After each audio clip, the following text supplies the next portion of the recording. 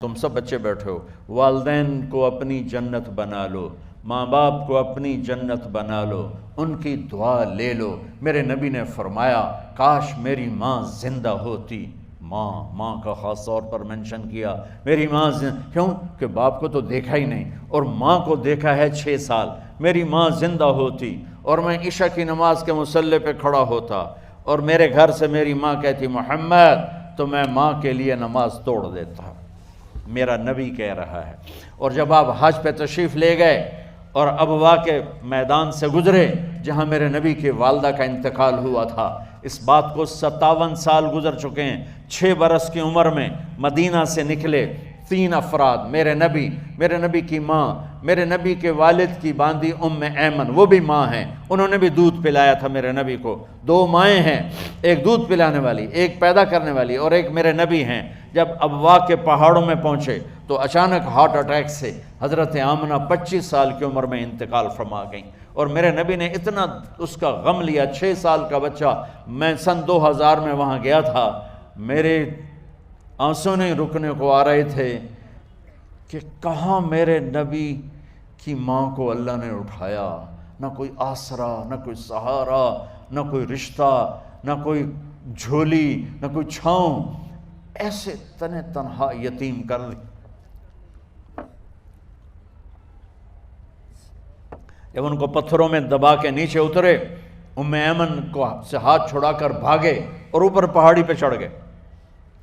جب ایمن پیچھے گئیں تو ایمن نے کیا دیکھا کہ ابوا کے پہاڑ بھی رو رہے ہوں گے، آپ ماں کی قبر کو چمٹ کے ایسے اوپر لیٹے ہوئے تھے، قبر کو پکڑا ہوا تھا، اوپر لیٹے ہوئے تھے۔ جب ایمن قریب آئیں تو سنا آپ کہہ رہے تھے اماں جی، آپ کو تو پتہ تھا آپ کے سوا میرا کوئی نہ تھا، آپ مجھے چھوڑ کے کہاں چلی گئی، کیوں چلی گئی؟ 6 سال کا بچہ پہلی موت دیکھ رہا ہے تو ان کو سمجھ میں نہیں آ رہا کہ میری ماں کے ساتھ ہوا کیا ہے۔ ایمن نے اٹھانا چاہا، آپ نے اٹھنے سے انکار کر دی۔ اس صدمے کو سینے میں لیے ہوئے 57 سال کے بعد، 7ویں دن بندہ رو نہیں سکتا، رونا ہی چاہے تو رونا نہیں آمدا، 57 سال کے بعد آپ اس وادی سے گزرے، آپ نے اونٹنی کو ماں کی قبر کی طرف موڑ دیا، اور ان پلرز کو 3 گنا کرو تو وہ پہاڑ بنتا ہے، چھوٹی پہاڑی تھی۔ اونٹنی کو نیچے بٹھایا، اوپر پہاڑ پر گئے، اور یہ مجھے دیکھو، یوں آپ نے گھٹنے کھڑے کیے ماں کی قبر کے سرانے، اور یہ ہاتھ یہاں رکھے، اور پھر سر دیا اپنے گھٹنوں میں یوں، پھر رونا شروع کیا۔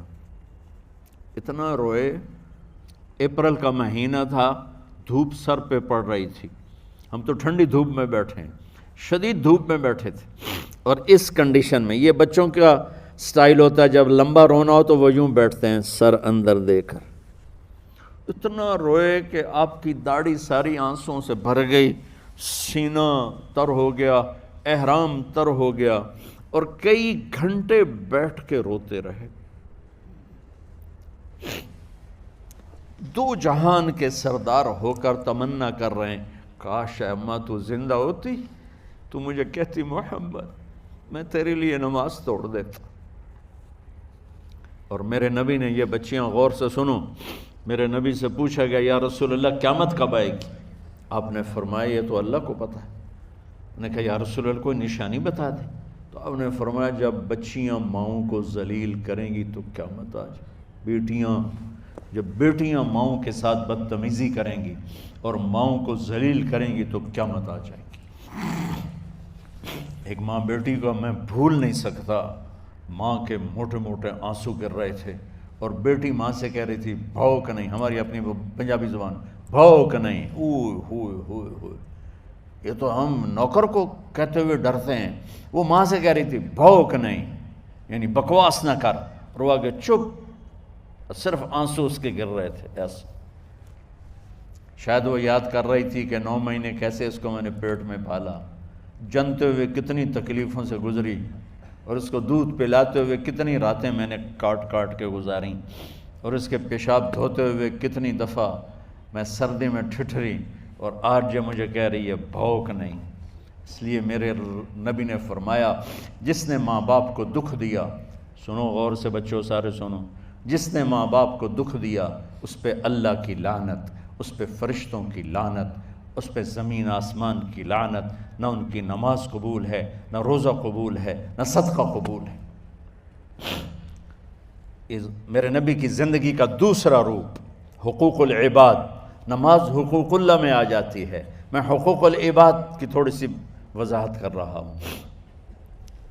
ماں باپ زندہ ہیں تو دعا لے لو۔ والدین سے کہتا ہوں بچوں کو عزت دو، جہاں اولاد ماں باپ کے حقوق ہیں وہاں اولاد کے حقوق ہیں، اولاد کو عزت دو، اولاد کو عزت دو، اولاد کو عزت دو۔ بہت سی اولاد کی نافرمانی کا ذریعہ ماں باپ بن رہے ہیں، سختی کر کے، زبردستی کر کے اور ٹھونس کر چیزیں نوکروں کی طرح سلوک کر کے۔ میرے نبی کے گھر میں جب بیٹی فاطمہ ملنے کے لیے آتی تھیں تو میرے نبی بیٹھے نہیں رہتے تھے، یا اب چیئر پہ بیٹھے ہوئے بی بی فاطمہ آ گئی، اب زمین پہ بیٹھے ہوئے ہیں بیٹی آ گئی، اب چارپائی پہ لیٹے ہوئے ہیں بیٹی آ گئی۔ میرے نبی کیا کرتے تھے؟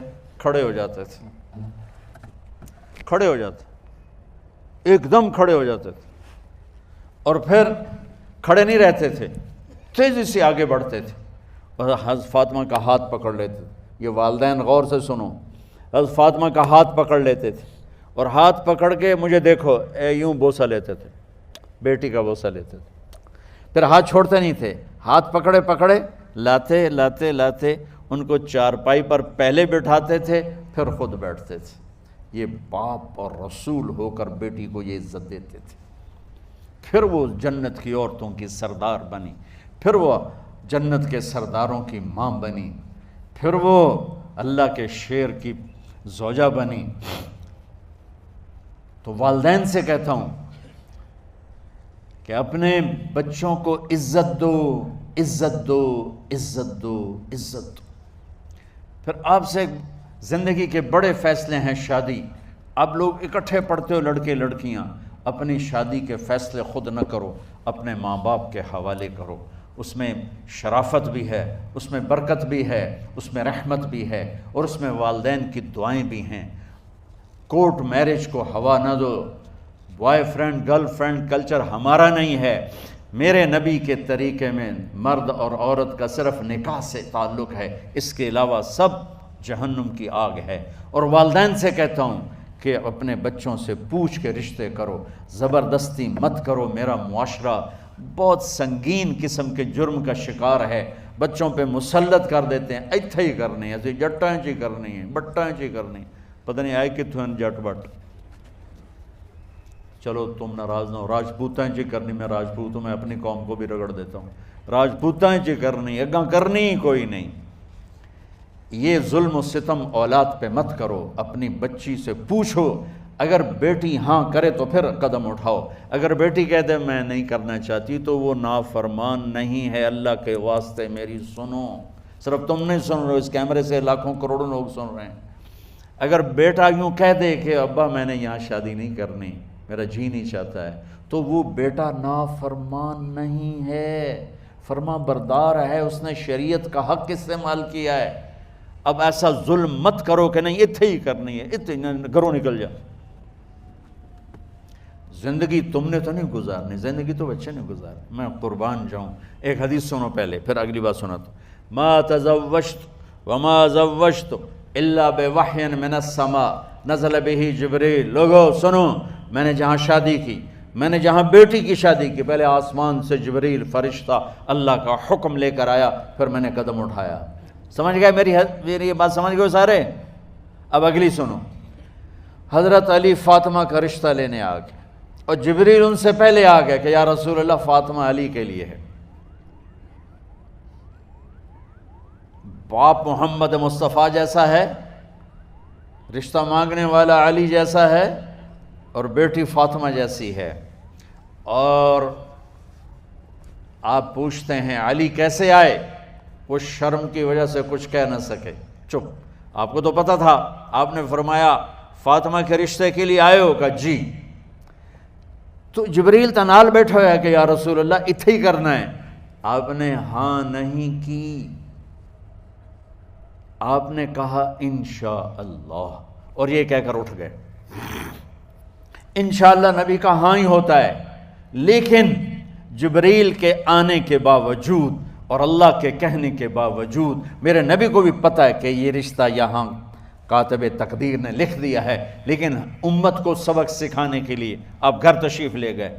بیٹی فاطمہ کہ جی یا رسول اللہ، کہا علی کا رشتہ آیا ہے، میں ہاں کر دوں؟ سبحان اللہ۔ میں اپنے دیہاتی بچیوں پہ مجھے رونا آ گیا کہ جنہیں پتہ ہی نہیں ہوتا سانو کہیں نال بندے پہ جانور ہے یا انسان ہے۔ علی جیسا داماد، چلو علی کو چھوڑو، فاطمہ کو چھوڑو، جبریل آیا بیٹھا ہے، جبریل آیا بیٹھا ہے۔ اس کے بعد فاطمہ سے پوچھنے کی کیا بات ہے؟ جبریل آ کر کہہ رہا یا رسول اللہ، اللہ کہہ رہا فاطمہ علی کے لیے ہے اور علی فاطمہ کے لیے ہے، اور پھر آپ کہتے ہیں بیٹی فاطمہ ہاں کر دو۔ ہماری تو آج کی بیٹیاں انکار نہیں کرتی، چپ کر کے گاں ماش طرح بن چھڑ دن کلے نال۔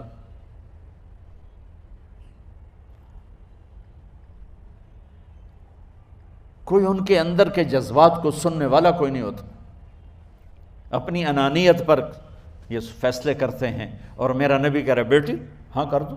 سبحان اللہ۔ آپ کا کیا خیال ہے فاطمہ نے انکار کرنا تھا؟ یہ تو یہ بیٹیاں نہیں انکار کرتی تو فاطمہ نے کہاں کرنا تھا؟ لیکن یہ سبق دینا تھا ان والدین کو جو نادانی میں نادانی کے فیصلے کر کے اولاد کو ہمیشہ ایک ٹھنڈی آگ میں دھکا دے دیتے ہیں۔ حضرت فاطمہ رضی اللہ تعالیٰ عنہا نے جب ہاں کی پھر آپ باہر نکلے۔ اچھا مزے کا واقعہ ہو، حضرت علی اٹھ کے باہر نکلے تو صحابہ باہر کھڑے انتظار کر رہے تھے کہ کیا ہوا۔ حضرت علی کو بھیجنے والے تھے عبد الرحمن بن عوف، پہلے ابو بکر گئے تو آپ نے انکار کر دیا، عمر گئے رشتہ مانگا، آپ نے انکار کر دیا۔ عبد الرحمن بن عوف نے علی سے کہا آپ جائیں، آپ کا رشتہ رد نہیں ہوگا۔ کہنے لگے میرا تو ذاتی گھر بھی کوئی نہیں، مجھے کہاں سے رشتہ ملے گا، میں تو بالکل غریب ہوں۔ کہا نہیں تم جاؤ۔ تو واپس آتے انہوں نے عبد الرحمن بن عوف پہ چڑھائی کر دی، وہ کیا ہے نا تو میں نے گلے آئی، انکار ہو گیا۔ تو صحابہ نے پوچھا کیا ہوا؟ کہا کچھ کہا ہی نہیں، چپ کر کے اٹھ گئے۔ تو عبد الرحمن بن عوف کہنے لگے کچھ بولے صحیح، کہ بس اتنا کہا انشاءاللہ، کہا تو مبارک ہو، نبی کا انشاءاللہ ہاں ہوتا ہے۔ کہا اچھا، تو اتنے میں آپ باہر تشریف لے۔ کہا علی، کہا جی، کہا لو بلاؤ، لوگوں کو بلاؤ۔ ساری مسجد بھر گئی، آپ کی ساری مسجد فل ہو گئی۔ آپ ممبر پہ کھڑے ہوئے علی کو سامنے بٹھایا، کہا لوگو یہ جبریل میرے پاس اللہ کا پیغام لائے ہیں کہ میں فاطمہ بنت محمد کا نکاح علی کے بن ابی طالب کے ساتھ کر دوں۔ پھر آپ نے خطبہ پڑھا اور کہا کہ علی، ہائے ہائے ہائے، میں نے فاطمہ بنت محمد کو 400 درہم مہر کے عوض تیرے نکاح میں دیا، تو نے قبول کیا؟ حضرت علی نے زور سے نعرہ لگایا میں نے قبول کیا، اور سجدے میں چلے گئے، اللہ کا شکر کا سجدہ ادا کیا۔ پھر میرے نبی نے وہیں سارے مجمع کو شہد کا شربت پلایا اور تازہ کھجوریں کھلائیں، اور پھر جب رخصتی ہوئی تو آپ نے حضرت علی سے فرمایا کہ آپ آ کے لے جاؤ۔ پھر آپ نے حضرت ام سلمہ، حضرت حفصہ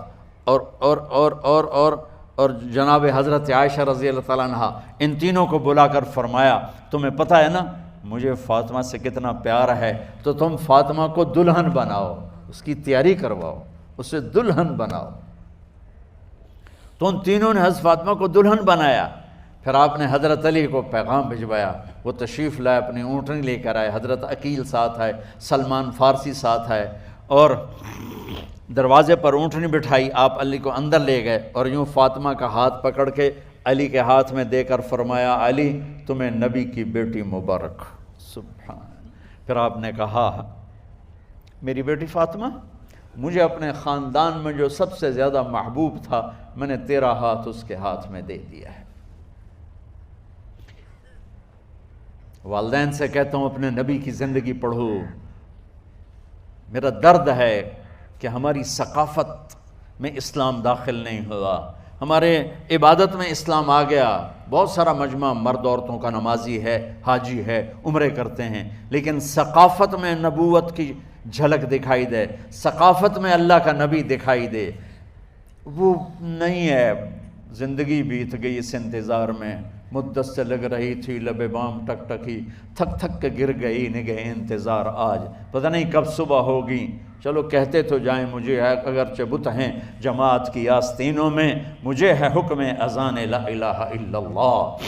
والدین کے ذمہ ہے اولاد کو عزت دینا، ان کے سب سے بڑی خواہش میں ان کا احترام کرنا کہ زندگی انہوں نے گزارنی ہے، اور آپ کے ذمہ ہے والدین کے آگے سر جھکا دینا۔ اللہ کے واسطے کورٹ میرجز اور خفیہ شادیاں یہ نہ ہماری ثقافت ہے نہ یہ انسانیت ہے۔ ہمیشہ دکھ دردوں میں زندگی گزرتی ہے کہ اصل زندگی تو موت کے بعد آنے والی ہے۔ تو والدین پڑھیں شریعت کو، اولاد بھی پڑھے اپنے نبی کی زندگی کو۔ ایک شخص حضرت عمر کے پاس آیا ایک بیٹے کو لے کر، کہا امیر المومنین یہ میرا بیٹا بڑا نافرمان ہے اور مجھے بہت تنگ کرتا ہے۔ حضرت عمر کے پاس لاٹھی ہوتی تو انہوں نے یوں اٹھائی، وہ کہنے لگا حضور معافی دیا جائے، ایک میری گل سن لو۔ آپ نے فرمایا کیا؟ کہنے لگا ماں پیو دے بڑے حق ہیں، بالکل ٹھیک ہے، پر کوئی ساڈا حق بھی ہے ماں پیو تے؟ آپ نے کہا ہاں۔ آپ نے کہا ہاں۔ کہنے لگے ذرا وہ بتا دیں۔ کہا پہلا حق ہے اچھی ماں تلاش کرے، نیک عورت تلاش کرے۔ دوسرا حق یہ ہے نام اچھا رکھے۔ تیسرا حق یہ ہے اس کو قرآن کی تعلیم دے۔ کہا جی پھر سن لو حضرت جی، میرے پیو کو پوچھو اس حبشی عورت نال شادی کر کے مینوں حبشی ماں دیتی، انہوں کوئی عرب ماں ہی نہیں لتی۔ میرا پہلا حق اس مارا ہے۔ دوسرا سن لو، اس نے میرا نام جولان رکھا ہے، جولان گندگی کے کیڑے کو کہتے کہ اس نے میرا نام جولان رکھا ہے۔ اور تری سن لو، اس آج تے مینوں قرآن دی شکل نہیں وکھائی، حضرت عمر ہوئی سوٹا وہ دے سر تے پھیر دے کہ پہلے تیری مالش کراں پھر ایدی کر سکتا۔ تو آج کے والدین بھی اپنی اولاد کے بارے میں بہت بہت بہت غافل ہیں، اور اولاد کا بھی حال یہی ہے، چونکہ ماں کیا ہے، باپ کیا ہے، اولاد کیا ہے، یہ شریعت، یہ قرآن بتاتا ہے، یہ میرے نبی کی زندگی بتاتی ہے۔